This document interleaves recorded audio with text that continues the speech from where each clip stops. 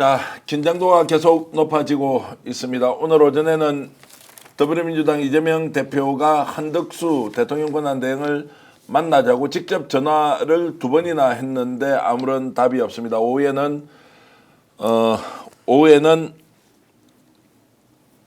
한민수 대변인이 국무조정 실장에게 직접 또 연락을 해서 만나자고 했습니다. 그런데 아무런 지금 답변이 없다. 이재명 대표가 저는 빌드업을 하고 있는 과정이라고 저는 생각합니다. 왜냐하면 자, 중대 결심을 하기 하루 전에 한덕수 대통령 권한대행을 직접 만나서 마흔일 재판 임명하라라는 약속을 받기 위해서인데, 자, 제1당의 대표가 이렇게 전화를 하는데도 받지 않고 대변인을 통해서 국무조정실에 직접 연락을 해서 일정을 잡으라고 하는데도 대답하지 않는 이유는 무엇입니까?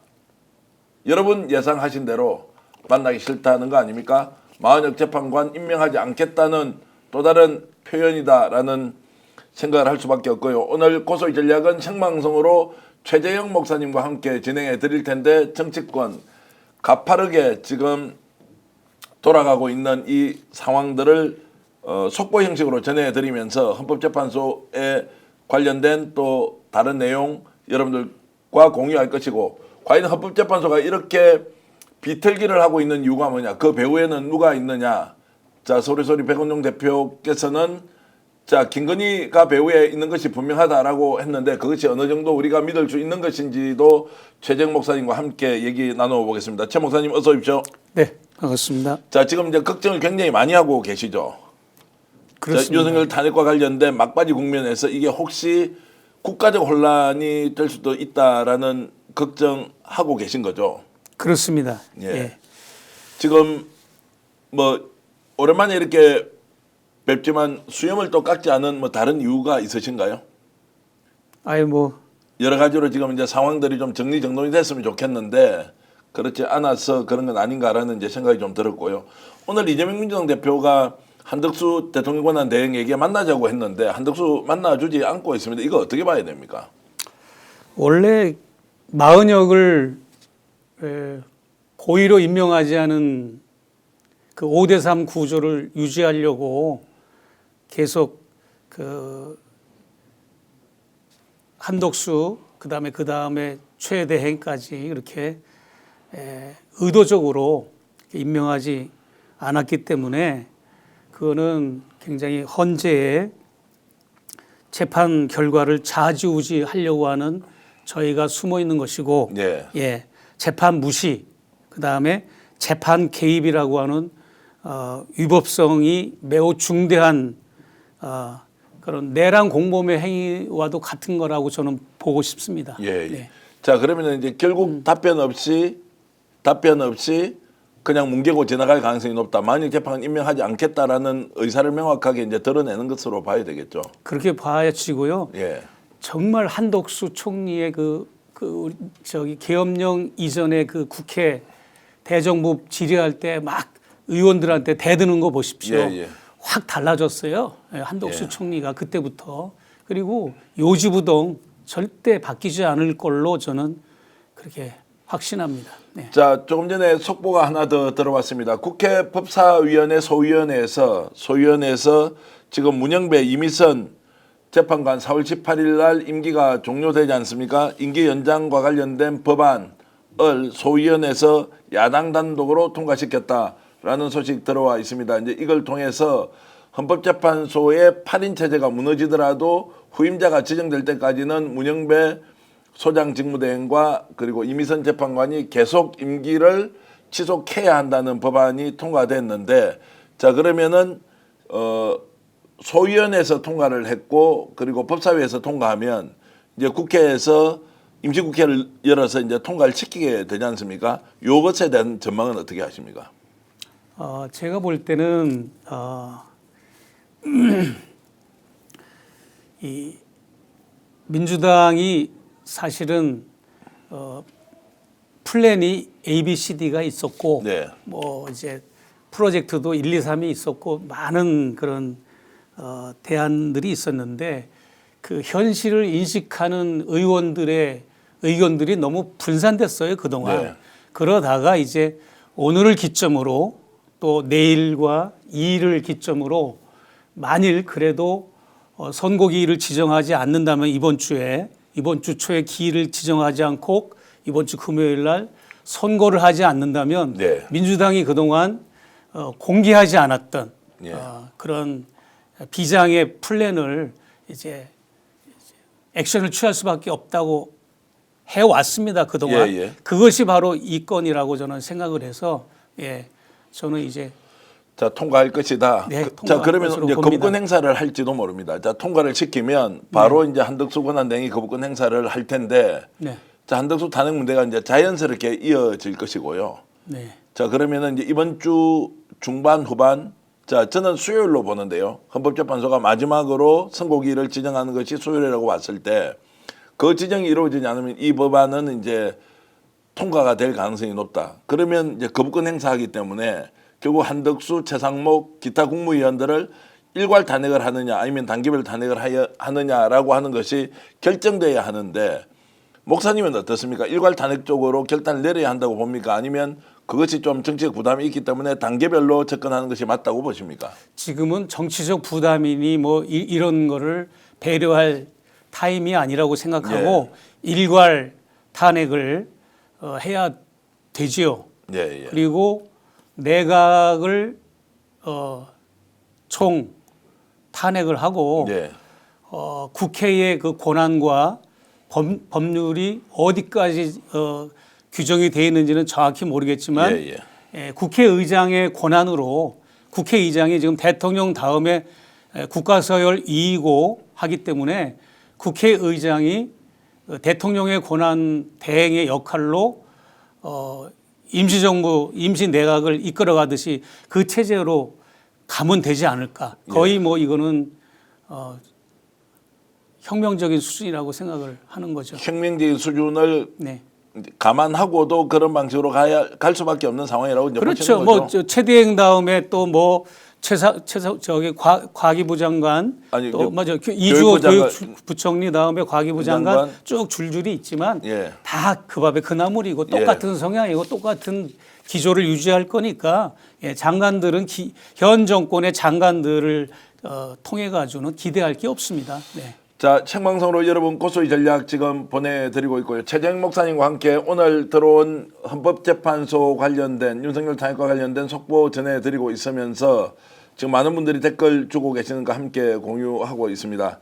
자, 지금 다함께님, 골님, 하평파님, 레몬트리님, 그리고 아웃님, IBH님, 내순 도르마님, 자, 여러분들이 절대 다수의 의견으로 일괄 탄핵을 시켜야 한다라는 견해를 밝히고 있습니다. 건소와 대레사님도 이제 댓글 올려주셨습니다. 목사님 건강 잘 챙기시라고. 아마 댓글로는 얼굴 보고 많이 상했다.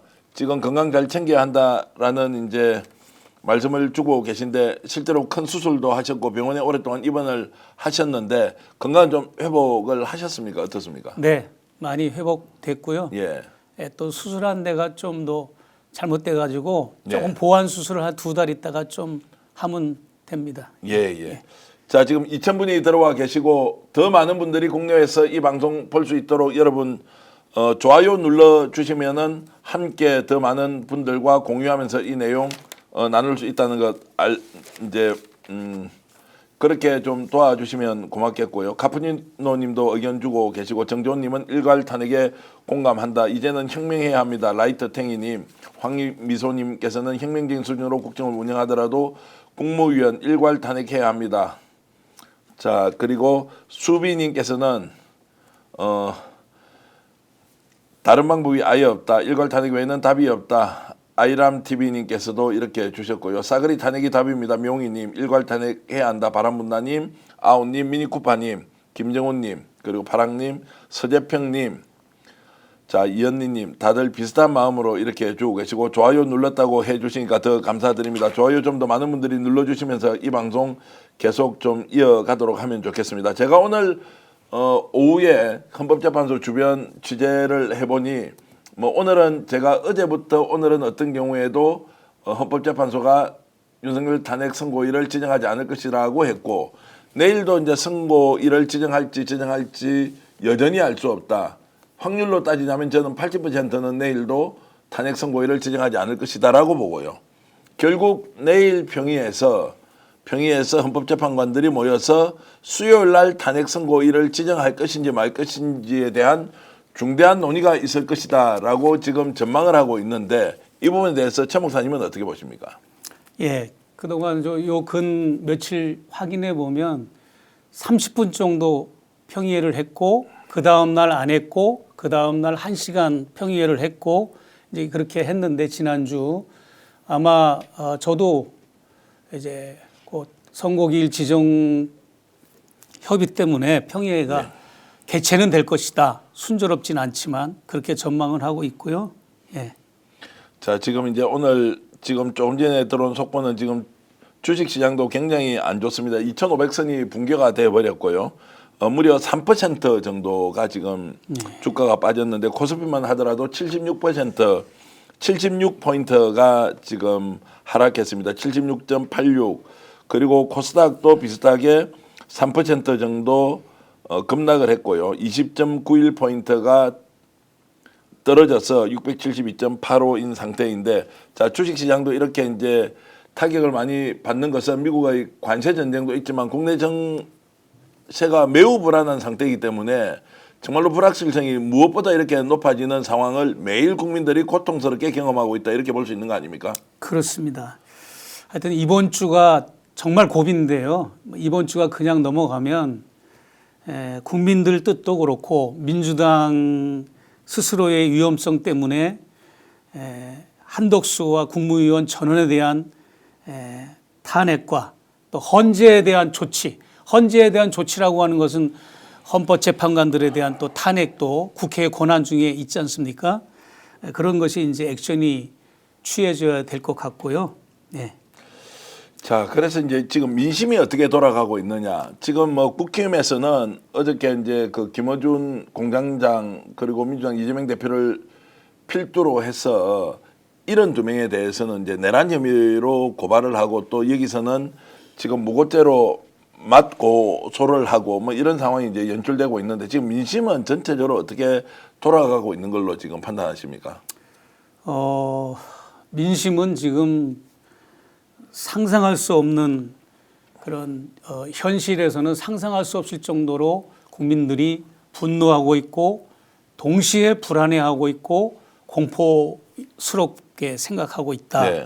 그리고 저 개인적으로는 이것을 종합해서 볼 때 먼 장래를 대한민국의 먼 장래를 봤을 때 아예 이참에 새로운 공화정을 우리가 수립하는 차라리 계기가 돼야 되지 않을까라고 하는 이런 극단적인 생각까지 뭐 극단적이라고 해서 뭐 부정적인 건 아니고요. 네. 전폭적인 어떤 이 터닝 포인트가 될 수 있는 기회로 오히려 우리가 활용해야 되지 않을까. 예. 하필이면 저기 두 재판관의 퇴임 다음 날이 4월 18일 다음 날이 4.19 혁명일이지 않습니까? 네. 제2의 4.19 혁명, 4.19 시민혁명이 일어날 것이다라고 많은 전국에 있는 많은 촛불 시민들과 깨어 있는 많은 이런 중도층에 계신 분들도 그런 얘기를 저한테 들려주고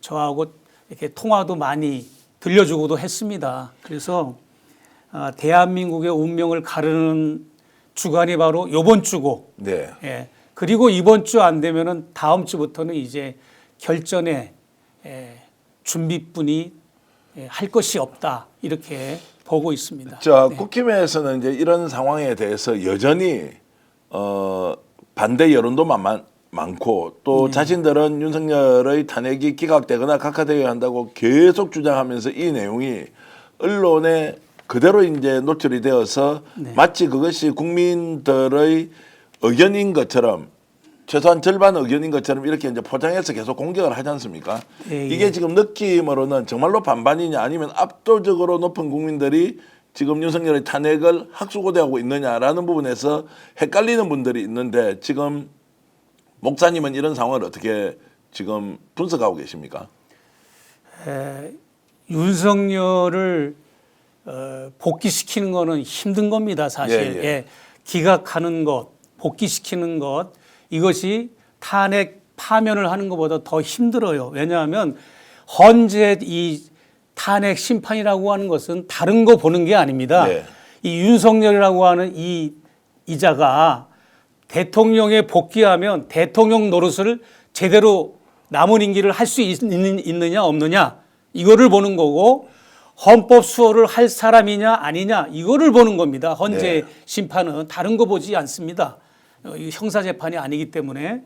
그러면은 국힘당의 이 전술은 그동안 아주 다양하게 시시각각으로 변해왔어요. 처음에는 국힘당이 기각으로 막 물고 늘어지다가 그 다음에는 절차와 이런 걸 가지고 물고 늘어졌고, 또 최근에는 우리는 다 이제 헌재가 판결하면 인정한다, 너희들도 인정해라 뭐 이렇게 나오면서 느긋하게 가자 이런 전술로 지금 나오고 있는데, 사실은 그것은 전술이라기보다는 잔꾀에 불과한 거죠. 지금 윤석열 부부라고 하는 이 두 인물은 우리가 다시 한번 복기를 해보겠습니다. 네.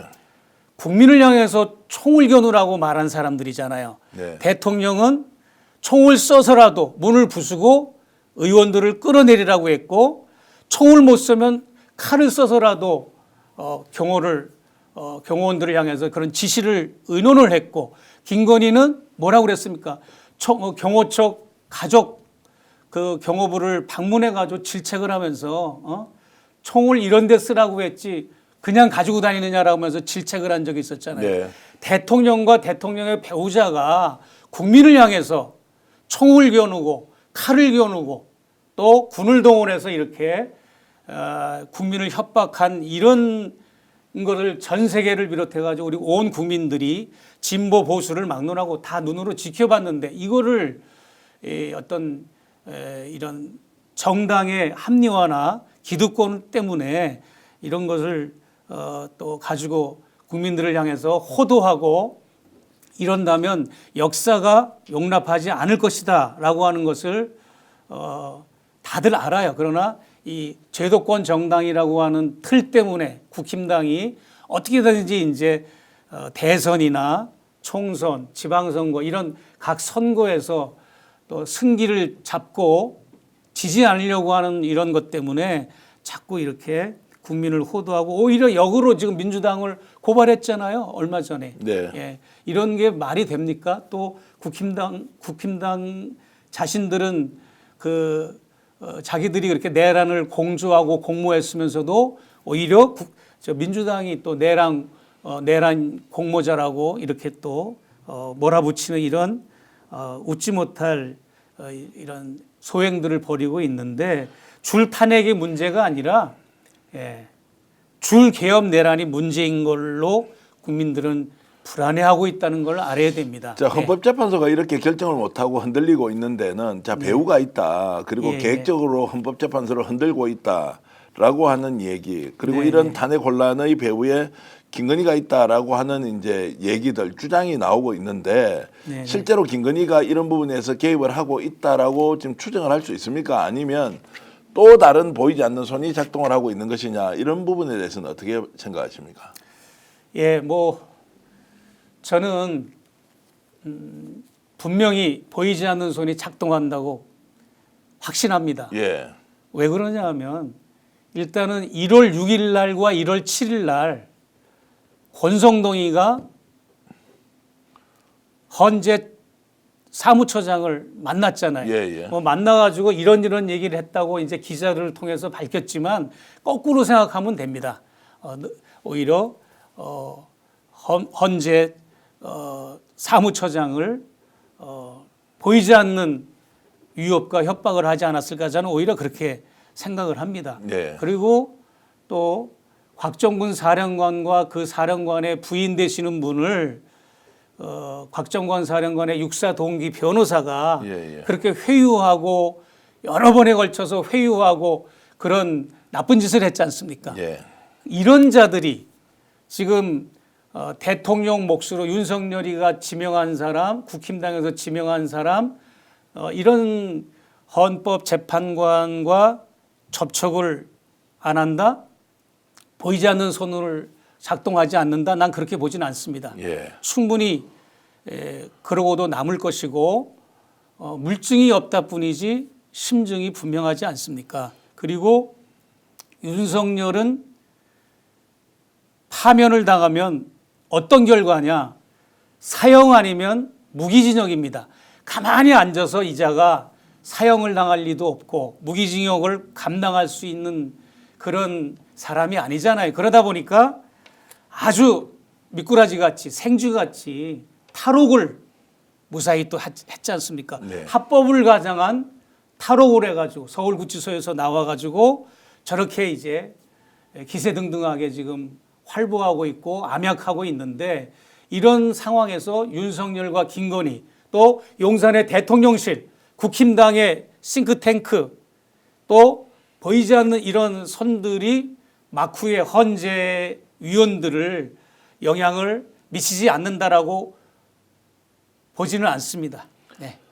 자, 그러면 이렇게 해서 이제 뒤에서 보이지 않는 손이 움직인다고 하더라도 헌법재판관은 너무나 명백한 이 윤석열 내란 그리고 비상계엄과 관련된 상황을 누가 보더라도 쉽게 판단하고 할 것처럼 왔는데 이 사람들이 실제로 그러면 영향을 받고 있다. 영향을 받아서 지금 움직이니까 6대2, 7대1, 뭐 8대0이 아니라 5대3까지 가는 거 아니냐라고 이제 우리가 추론을 하는 거지 않습니까? 이 사람들이 실제로 외부에서 흔들어대면 영향을 받는다는 것도 너무나 이상한 거 아닙니까? 이제 이런 게 있습니다. 국민들께서 우려하시는 거와 달리 뭐 몇 대 몇 때문에 지금 5대 3이니 뭐 7대 1이니 뭐 6대 2니 이런 것 때문에 파면 인용 이런 문제가 발생하는 것이 아니라 선고기일을 지정 못하게 막는 거죠. 뻔한 겁니다. 저는 이 헌재 8명이 탄핵 인용 네. 하면은 다 일치한다고 생각을 합니다. 예. 어느 정도까지인지 아십니까? 우리가 요 박근혜 탄핵 파면할 때를 한번 복기해 보십시오. 안창호라고 하는 보수 인사가 있지 않습니까? 네. 그분이 그때 당시 헌법재판관이었는데 그분이 뭐라고 마지막에 이야기를 했는가 하면 이제 이정미 헌법재판소장이 이제 그 파면을 선고할 때 이런 발언을 했어요. 1부, 2부, 3부로 나눠가지고 1부는 그동안에 있었던 선고 내용을 쫙 설명을 해줍니다. 20분 동안. 그 다음에 마지막에는 피청구인 박근혜를 파면한다 하고 네. 그 다음에는 이제 다른 헌재 재판관들의 추가 의견을 마지막으로 발표하면서 그 파면 선고가 끝났어요. 그때 안창호 재판관의 얘기를 하면서 뭐라고 그런지 아십니까? 안창호 재판관이 이것은 진보 보수의 진영의 문제가 아니라 대통령이 헌법을 수호했느냐 안 했느냐를 우리는 판결했다고 하는 것을 분명히 알아주십시오라고 하는 것을 추가 의견으로 이정미 재판관이 그날 발표했어요. 네, 예, 맞습니다. 그런데 그분은 지금은 또 인권위원장으로 또 보수 이런 성향으로 또 활동을 하잖아요. 제가 하는 말은 뭐냐면 아무리 보수 성향 아니라 극우까지 넘나들 수 있는 극우 성향의 재판관이라고 해도 이 윤석열의 내란 계엄령 이 탄핵 선고에서는 불일치가 안 된다고 생각합니다. 나는 다 일치했다고 생각해요. 네. 그러나 이제 그 내용 때문에 몇 대 몇 때문이 아니라 선고기일을 하지 못하도록 딴지를 걸고 목리를 부리고 자꾸 이제 그것을 트러블을 일으키고 해가지고 그 기일을 이제 지정을 못하게 하고 이런 행위들을 한다는 거죠. 몇 대 몇으로 뭐 반대 의견을 한다는 것보다도 저는 그렇게 보고 있습니다. 예, 예. 네. 그러면 이제 내용적으로는 8대 0이나 뭐 7대 1 정도일 테고 네, 네. 형식적으로 날짜 지정을 못하게 하는 것이 그렇죠. 이제 지금 생각이시고 그러면 날짜 지정을 하라고 촉구하는 이제 민주당이 네. 내용적으로는 크게 이견이 있을 수가 없다라는 이제 전제로 움직인다라고 보면 되는데 날짜 지정을 하지 않는 것도 심각한 문제지 않습니까? 지정을 하지 않으면 4월 18일까지 가버리면 일단 두 사람은 임기가 끝이 나 버리면 헌법재판소가 사실상 지금 존재 이유가 없어지고 기능을 상실해 버리는데 그렇습니다. 이 문제와 관련해서 박찬대 원내대표가 최후 통첩을 했는데 그 내용 잠깐 들어보시겠습니다. 한덕수 총리가 4월 1일까지 헌법 수호 책무를 이행하지 않는다면 민주당은 중대한 결심을 할 것입니다. 헌법기관인 국회는 헌정 질서를 수호할 책무가 있습니다. 민주당은 이를 위해 주어진 모든 권한을 다 행사하겠습니다. 자, 모든 권한을 행사하겠다는 것은 탄핵을 하겠다는 것이고 탄핵을 하면 말지 일괄로 국민 다 탄핵을 할지 지금 댓글로는 뭐 다수의 국민들이 일괄 탄핵을 해서 민주당이 책임 있게 정치 그리고 국정을 운영하라 이런 의견이 압도적으로 많습니다. 그리고 저희들이 어저께 게시물을 하나 올렸는데요. 지금 이런 내용입니다. 헌법재판소가 오는 금요일까지 윤석열 탄핵 선고를 끝낸다 못 끝낸다라고 할 때 무조건 끝낸다라고 하신 분들이 한 71%가 되고 그리고 못 끝낸다라고 하시는 분이 22%, 잘 모르겠다라고 하신 분이 이제 6% 정도가 되는데요. 무려 11만 명이 지금 저희들이 21시간 전에 올렸는데 네. 무려 11만 명이 이 내용에 대해서 답변을 주셨습니다. 이거 지금 잠깐 올릴 수 있으면 우리 김혜지 PD가 좀 올려주시고요. 자, 이만큼 지금 이번 주에 어떤 식으로든 결론을 내야 한다는 의견이 압도적으로 많고 바람이든 기대든 아니면 전망이든 이렇게 해주고 계신데 자 수요일까지 날짜 발표는 하겠습니까? 어떻습니까? 선고일 발표. 이제 똑같은 이야기의 반복인데요. 네. 예. 일부 재판관이 이제 최종 합의 판결을 이제 지연시키고 또 선고기일 지정하는 것을 이제 그걸 가지고 이제 문제를 삼고 예. 이런 거거든요. 그런데 이제 탄핵 인용 부분에 있어서는 쟁점이나 결론 이런 거는 이미 증거가 명확하기 때문에 나는 모두가 다 인용이라고 생각을 합니다. 예. 그러나 아까 말한 그런 보이지 않는 손이 작동하는 것을 영향을 받는 소수의 그 재판관들이 그 선고 기일을 통해서 뭔가 이제 탄핵 인용을 방해하고 있다는 것, 그것을 제가 이제 우려하고 있는 거고요. 악이라고 하는 것은 훨씬 더 치밀하고 정교하고 서로 연결되어 있는 겁니다. 그러다 보니까 계획적이고 수단 방법을 가리지 않는 거죠. 그러다 보니까 지금 여기까지 지금 국민들이 화병이 날 정도로 열불이 날 정도로 예. 지금 선고기일을 지정하지 못하고 있는데 저는 이렇게 제안하고 싶어요. 문용배 소장 권한대행께서 일부가 헌재 재판관 일부가 반대해도 재량권으로 선고기일을 일방적으로 그냥 지정해야 된다고 저는 예. 그렇게 생각을 합니다. 네. 자, 그 길만이 네. 자 거기에 대해서도 헌법재판소장은 기일을 그러니까 판결 날짜를 지정할 수 있다라는 이제 규정은 있고요. 그런데 이제 네. 본안 대행이 그것을 할 수 있느냐 없느냐는 것을 누군가 시비를 걸면 결과적으로 만장일치로 최종 판결 기일을 정해야 되는 거 아니냐라는 이제 주장이 나와서 야 이것도 정말로 끝까지 버틴다. 예를 들어서 침대 축구를 하고 있는 사람이 한 사람이 생기면 이도저도 하지 못할 것이다라는 이제 우려도 있긴 한데요.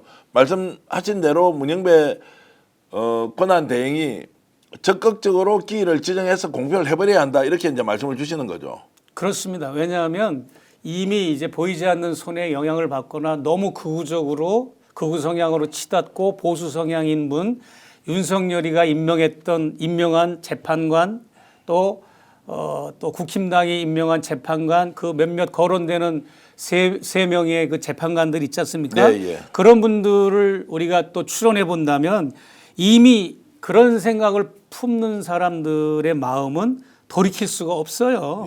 예. 그리고 우리는 그걸 알아야 돼. 특히 판사들, 일반 판사들도 그렇고 헌법재판소의 그 재판관들도 그렇고 자기들은 어떤 법과 원칙에 의해서만 모든 걸 판결한다고 이렇게 말하는 거는 그거는 큰 오산이고요. 본인들도 생활인이고 사회인이고 본인들도 어느 정당을 지지하는 사람들이고 사회 구성원들입니다. 국민들 중에 한 명이고 시민들 중에 한 명이에요. 그러니까 메타인지가 부족한 거죠. 무슨 말이냐 하면 본인들도 보이지 않는 본인들의 진보든 보수든 성향에 이끌려가는 판결을 내릴 수밖에 없다는 것을 저는 말하고 싶은 거예요. 그렇기 때문에 뭐 법과 양심과 정직으로 판결을 한다 하지만 또 법과 상식으로 판결을 낸다고 하지만 이렇게 기득권과 자기와 인간관계 이런 거를 또 통해서 어디까지나 본인들도 원치 않는 이런 장애 요소로 작동하고 있다는 것을 지금 아마 본인들도 좀 부끄러워하고 있을 줄 알고 있습니다. 그럼에도 불구하고 지금 합의된 사람, 이미 각오된 마음을 먹은 이런 저쪽에 마음을 품은 사람들의 마음은 돌이킬 수가 없고요. 그냥 문영배 소장이 권한대행으로서 충분히 선고기일을 지정하면 됩니다. 지정하면 되는데 또 그날이라든지 마지막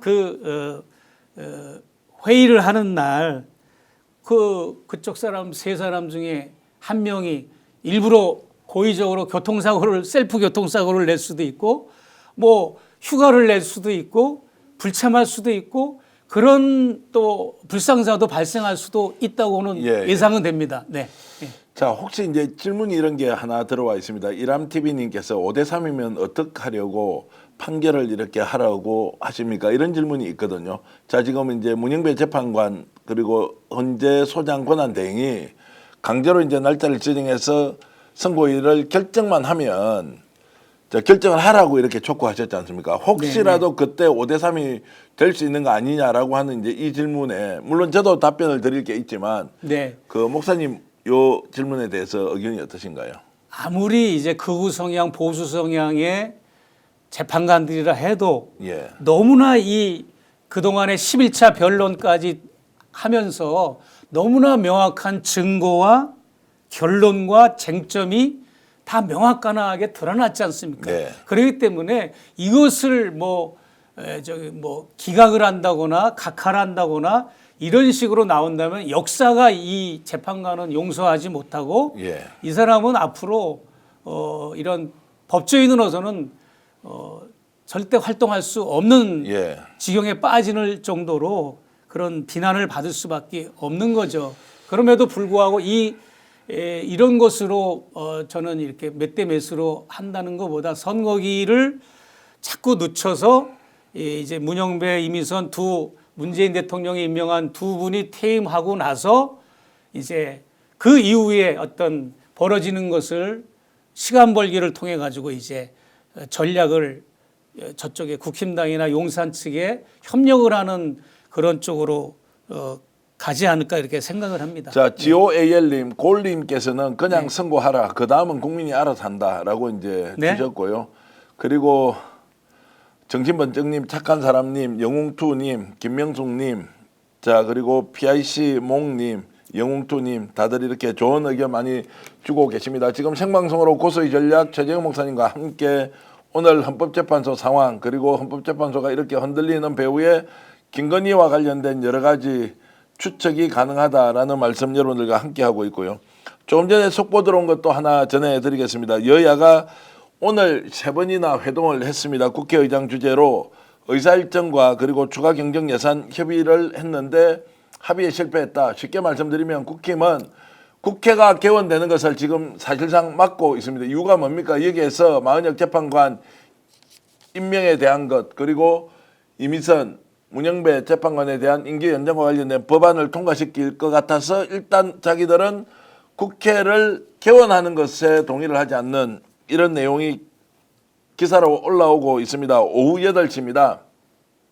1시간 뒤에 다시 이제 국회가 국회의장 주재로 여야 원내대표가 모여서 더불어민주당 국민의힘 원내대표가 모여서 다시 한 번 더 회동을 하는데 아마 오늘까지 국회의장 주재로 하는 것은 마지막이고 국회의장이 직권으로 상정의 필요성이 있다 없다라고 이제 국회 개원과 관련된 결단을 내리지 않겠느냐라고 생각을 하는데 우원식 의장도 나름대로 계획을 가지고 움직인다고 봐야 되겠죠.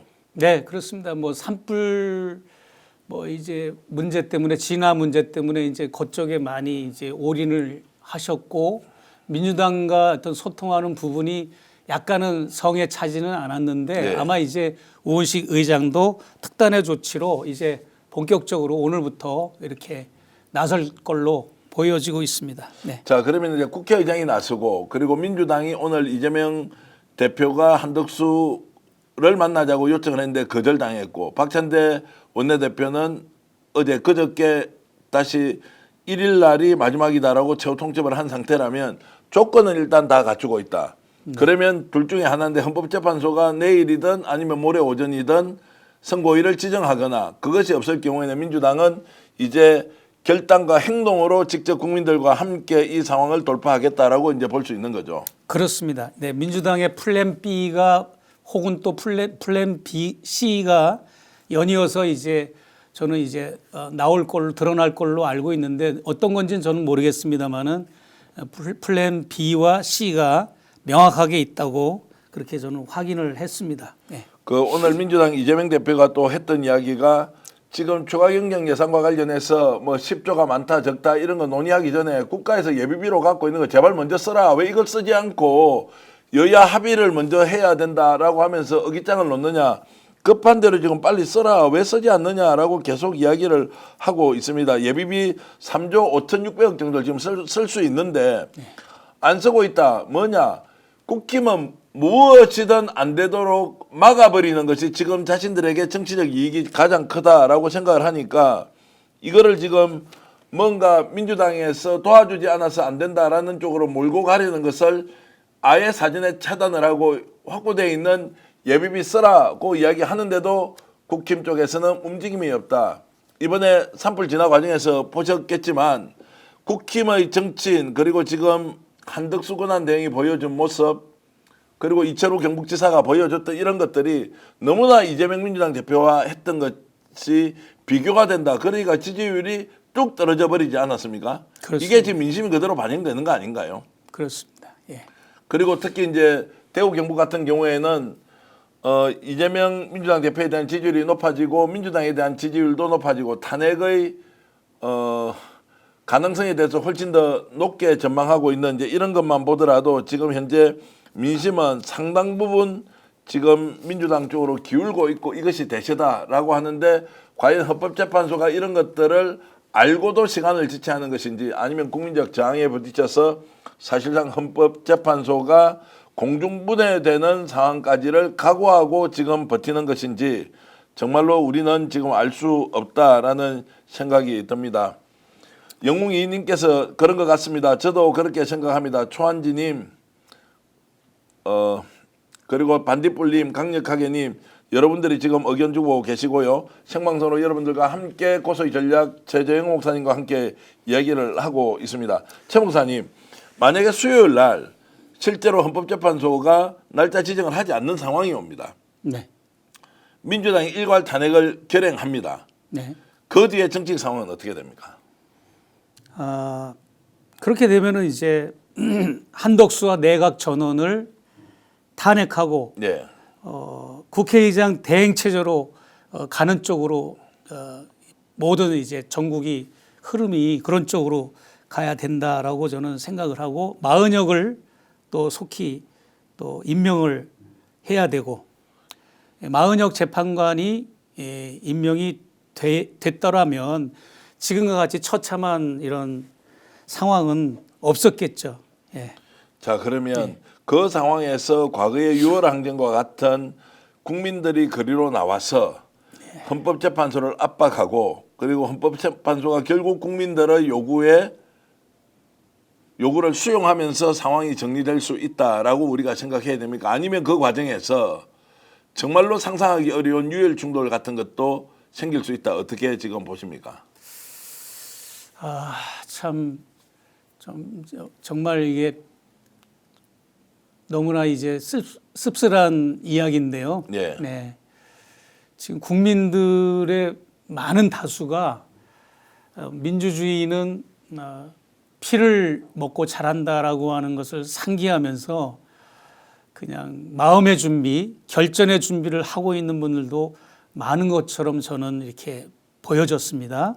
그렇기 때문에 아무래도 지금 윤석열 세력이 사각지대를 뚫고 들어와서 허를 찌르고 뒤치기를 하면서 구치소에서 합법을 가정해서 저렇게 석방이 되지 않았습니까? 뭐 아까 얘기한 대로 탈옥을 했지 않습니까? 그러고 이제 나머지 이제 두 가지지 않습니까? 형사재판에서 이기는 것과 헌재에서 이제 또 기각을 하는 것이 이제 저들의 두 번째 전략인데 수단과 방법을 가리지 않고 저들은 그 헌재 기각을 따내기 위해서 그 결과를 도출하기 위해서 저렇게 무리하게 온갖 수술을 쓰고 있는 상황이죠. 그렇기 때문에 천상 시민들이 시민 학생들이 넥타이 부대들이 거리로 나와야 이 얼마나 국민이 무서운 줄 이제 윤석열 세력들이 알지 않을까 이렇게 저는 생각을 합니다. 네. 자, 많은 분들이 댓글 주시면서 지금 새로운 정보가 뭐가 있느냐라는 질문도 있었고요. 지금 우리가 하고 있는 지금 전망하고 있는 내용들이 뭔가 새로운 소식까지 함께 했으면 좋겠다. 이제 이런 말씀 주고 계신데 제가 취재한 내용을 좀 말씀을 드리겠습니다. 취재라는 것이 지금 헌법재판소가 어느 시점에 윤석열 탄핵 선고를 지정할 것인가가 가장 지금 중요한 이슈가 되어 있고요. 어제 그제 똑같은 내용으로 전망을 합니다만 계속해서 그 진행 상황이 어떻게 되었는지 조금이라도 흔적이 생길 만한 동향이 있다면 이걸 가지고 해석을 하고 분석하고 평가하면서 저희들이 여러분들께 전해드리고 있는 거고요. 여러분들이 지금 확인하고 싶은 내용 뭐냐? 자, 그러면은 저희들이 지금 전망하고 있는 이런 내용과 다른 부분으로 뭔가 생각하는 것이 있다면 좀 댓글로 올려주시기 바랍니다. 지금 제일 중요한 것은 두 가지인데 헌법재판소가 언제 선고일을 정할 것이냐. 저희들은 수요일 오전까지 정하지 않으면 완전히 파국이라고 보는 것이고요. 그리고 그 시점에 민주당은 플랜 B, C, D가 다 만들어졌을 것이다. 그것은 뭐냐? 자, 한덕수 탄핵은 기정사실, 최상목도 동시 탄핵, 그 다음에 다른 국무위원들을 어떻게 할 것이냐라는 일괄 탄핵 문제가 지금 내부에서 깊이 논의가 될 것이고 거기에 대한 다양한 의견은 민주당 내에서 소화를 할 것입니다. 그럼에도 불구하고 헌법재판소가 아무런 결정을 내리지 않으면 4월 18일까지 문영배 재판관 그리고 이미선 재판관의 임기가 연장되지 않는다라고 봤을 때는 지금 민주당에서 법안을 통과시켜서 마은혁 재판관 임명은 되지 않는다 하더라도 이미선과 문영배 재판관에 대한 임기 연장은 시켜놔야 한다. 그것이 위헌성 여부에 대한 논란이 있든 없든 시켜놔야만 하고 그 시점에서는 자 대통령 권한 대행이 거부권 행사를 할 수 없도록 일괄 탄핵이라는 수순을 밟아야 한다는 것입니다. 이것이 극단이 아니라 매우 정상적인 절차와 과정이라고 말씀을 드려야 하고 그래서 지금 제일 중요한 것은 어느 시점에 헌법재판소가 탄핵 선고일을 정할 것이냐 이거보다 더 중요한 일은 없다. 두 번째, 탄핵 선고일을 정했다고 하면은 그 내용에 대해서는 각자의 생각이 다를 것인데 저는 8대0, 7대1로 결론날 수밖에 없다. 왜냐하면 이 뻔한 진실이 만천하에 드러난 이것을 가지고 윤석열을 탄핵하지 않겠다고 의견 내는 것은 불가할 것이다. 불가할 것이다. 그것이 안 된다고 하면 결국 버텨서 4월 18일을 넘기는 수밖에 없는 거 아니냐. 그것이 지금 버티기 작전의 핵심이다라고 하는 것은 저희들이 취재한 내용을 종합해보면 이것이다. 그래서 그 내용을 누가 누구에게 설득할 것이냐. 지금은 김영두 재판관이 중도 보수인데 정영식 재판관, 보수 성향의 정영식 재판관을 어떤 식으로는 설득해서 구국, 애국, 나라를 살리는 관점에서 자 우리가 윤석열 탄핵을 인용합시다라고 설득을 하게 되면 형식적으로 6대2처럼 보이지만 그것이 7대1로 갈 수도 있고 8대0까지 가면서 보충 의견이 붙을 수도 있다. 그 중간의 어느 지점에서 정영식 재판관을 인용으로 설득하는 것. 누가 할 것이냐? 지금 현재 문영배 직무대행이 아니라 실제로는 김영두 재판관이 여기에 나서야 하는 거 아니냐라는 것을 구체적으로 이름을 거론하면서 계속 저희들의 의견을 밝히고 있습니다. 여러분 다시 한 번 더 강조드리지만 이것 외에는 지금 현재 우리가 검토할 수 있는 새로운 소식이 없다. 날짜를 밝히지 않는 것은 오늘 밝히지 않는다고 이미 예고를 했고 저희들이 직접 그렇게 얘기했고 내일도 자 선고일을 발표 안 할 가능성이 80%다. 20%는 내일 오전에 평일을 열어보면 뭔가 방향이 나오겠지만 그것도 불투명하다. 결국에는 선거일 발표는 수요일 날이 D-Day가 되면서 그날 모든 것이 역사적으로 결정되지 않겠느냐라는 생각을 하는 것입니다. 정말로 이 당연한 것을 애원해야 하는 비참한 현실이다. 진짜 피오나 채님께서 이렇게 주셨고요. 김수환님께서도 아유 징글징글합니다. 무조건 탄핵 일괄 원합니다. 한두 번 당하지 않았나요? 그리고 국민총궐기대회 4월 2일 날 소집하라. 그리고 바람문나님께서는 정영식 설득은 김영두가 가능하다 이렇게 주셨고요. 자, 진짜 5대3 하라 그래 금리빨 빼고 모조리 씹어줄게 라고 이렇게 의견 주신 분도 계시고요. 만약 그래도 임명해야 한다는 데이식스님, 그리고 더욱 기민하고 치밀하게 민주당 움직이면 우리가 이깁니다. 그게 안 되면 저들이 이기고요. 지금 정해진 것은 아무것도 없고 지금부터 우리가 어떻게 대응하느냐에 따라 냉정하게 대응해야 합니다. 민주당에 힘 실어줘야 합니다. 사실 저도 민주당에게 아쉽고 화가 나는 부분이 많지만 지금 그런 얘기해서 뭐합니까? JPQ님께서는 이런 의견 주셨습니다. 마봉봉님은 자 선고일을 밝혀라 라고 하셨는데 전체 탄핵이 해결이며 그리고 기타 특권 같은 거 가면 된다라고 이제 이렇게 푸바오님께서도 의견을 주셨습니다. 그만큼 여러분들도 답답하고 그리고 끓어오르는 분노를 우리가 어떻게 할 수가 없지만 그러나 중요한 것은 지금 이 상황에서 날짜를 기다리는 것 그리고 날짜가 우리가 원하는 시간 안으로 정해야 하는 것 이미 경제가 망가지고 국가의 신인도가 추락하고 있는 이 상황에서 하루라도 빨리 이런 위기를 극복하기 위해서 헌법재판소가 어떤 식으로든 결정을 해야 하는데 그 결정을 하지 못하고 있는 이 상황에서 우리는 매달리는 것이 아니라 어쩔 수 없이 지금 현재 헌법재판소의 정말로 헌법재판 제가 한숨이 나옵니다. 이 이야기하면 저 사람들한테 그런 권한을 준 것도 아니라고 저는 생각하는데 어떻게 저렇게 국민들 앞에서 뻔뻔하게 무책임하게 그리고 정말로 무지막지하게 이 단순한 탄핵 선고를 하고 있지 않는지 의안이 평범한 수준을 넘어서서 도무지 이해를 할 수 없다라고 말씀드릴 수밖에 없는 상황이지만 지금 현재는 그 수단 외에는 없다. 왜냐하면 그들이 권한을 갖고 있기 때문이다. 그러다 그 시간은 이번 주 수요일까지를 마지막으로 우리는 더 이상 기다리지 않을 것이다 라고 이제 생각을 합니다. 헌재가 헌법을 지키겠다는 자기 결의라든지 자기 정체성, 자기 존재 확인이 국민들에게 보여지지 않으면 그 헌재의 기능과 역할이 무슨 소용이 있습니까? 그렇지 않습니까? 네. 지금 현재 보여주는 저 모습의 헌재라면 차라리 뭐 일반 재판정에서 이 계엄 사태를 다루지 뭐하러 헌재에서 다룹니까? 일반 법원과는 다르게 헌법재판소라고 하는 것은 헌법 수호의 최후의 보루기 때문에 또 헌법을 수호하고 헌법을 유일하게 기초로 삼는 것이 바로 재판소이기 때문에 우리가 이 내란 계엄령 사태를 헌법재판소에 이거를 우리가 맡겼는데 이건 말도 안 되는 이런 행동으로 지금 우리 국민들을 이렇게 속이 타게 하는데 적어도 덜 많게도 말고 덜도 말고 국민들의 눈높이와 정서만큼만이라도 헌법재판관들이 좀 국민의 눈높이에서 판결을 조속히 내려주는 것만이 이제 유일한 이제 해결책이라고 보여지고요. 그리고 많은 분들이 교착 상태다라고 하는 이런 용어들을 많이 쓰는데 저도 일부 그것은 동의를 합니다. 왜냐하면 사다리를 놓고 사람이 올라가는데 이미 올라가려는 사람은 밑에 있고 또 위에서 내려오려는 사람이 또 내려오려고 그러고 그러니까는 올라가는 사람이 양보하든 내려오려는 사람이 양보하든 둘 중에 한 사람이 양보하지 않으면 절대 이 사다리에 오르지도 못하고 내리지도 못한다. 양쪽 두 사람이. 그런 걸 이제 교착 상태라고 말하고 대드락이라고 그러지 않습니까?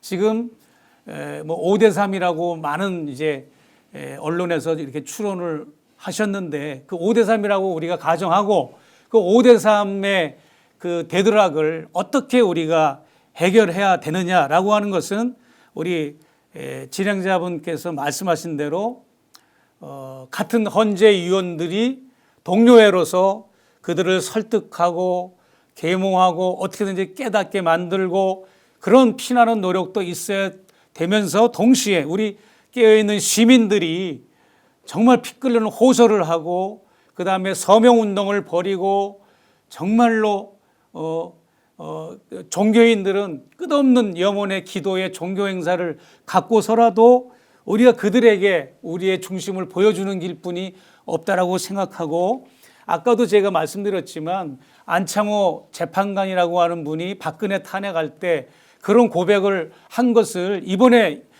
이 세 분의 보수 성향의 재판관들께서 다시 한번 그것을 복귀했으면 좋겠습니다. 안창호 재판관이 진보와 보수의 문제가 아니라 박근혜 대통령이 헌법을 수호하는 의지가 있느냐 없느냐를 나는 보았습니다라고 하면서 이것은 그래서 어쩔 수 없이 탄핵 인용을 할 수밖에 없었습니다라고 추가 의견을 그날 보냈지 않습니까?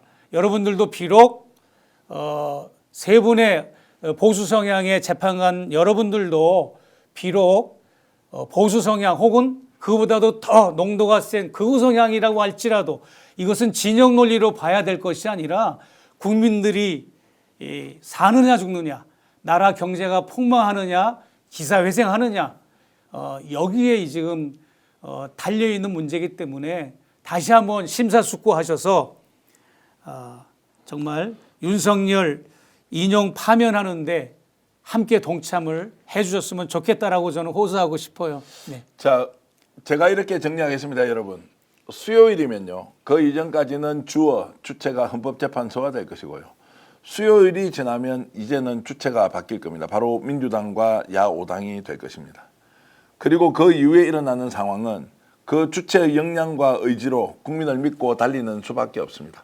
5대3, 6대2, 7대1, 8대0, 8대0이라 될 것이라고 다들 판단하고 그것이 당연한데 그 결론이 나오지 않더라도 주어가 누구입니까? 주체가 누구입니까? 민주당이 중심이 돼서 이재명 민주당 대표를 중심으로 야당이 국회에서 확보하고 있는 권한과 권능으로 이 문제를 끌고 나가는 수밖에 없습니다. 헌법재판소 수요일 오전이 지나면 더 이상 믿을 수 없다는 것은 명백합니다. 그들이 그 뒤에 가서 7대1로 하든 8대0으로 하든 그것은 이미 국민들로 하여금 신뢰를 잃어버린 상황이기 때문에 이제는 국회의 힘으로 국민들과 함께 뭔가 결론을 내려야 하는 시간이 오고 있다. 여기에 대해서는 여러분들도 이의가 없을 거라고 생각합니다. 조급하지만 그래도 이틀 남았습니다. 이틀 동안 우리가 더 예의주시하면서 지금 많은 사람들이 피로감을 느끼면서 조금씩 지쳐가고, 아니 너무 많이 지쳐서 더 이상 쳐다보기도 싫다는 분 계시지만 그래도 끝까지 우리 방송 함께하고 있는 수천 명의 시청자 여러분, 또 수만 명의 우리 독자와 이 방송을 계속 봐주시는 여러분들 함께 그 결론이 날 때까지 우리 버티면서 끝까지 우리가 원하는 그것을 쟁취하도록 함께 노력하면 좋겠습니다. 오늘 목사님과 함께 이렇게 방송을 하니까 아주 좋았고요. 목사님 한 말씀만 더 부탁드리겠습니다. 네, 지금 다시 한번 복귀하자면 충격적인 얘기를 제가 한 번 더 하겠습니다. 종이관을 1,000개를 그 구매 의사를 타진했다고 하는 보도 우리가 아시지 네. 않습니까? 그리고 영연백을 3,000개를 더 주문해서 확보하지 않았습니까? 예.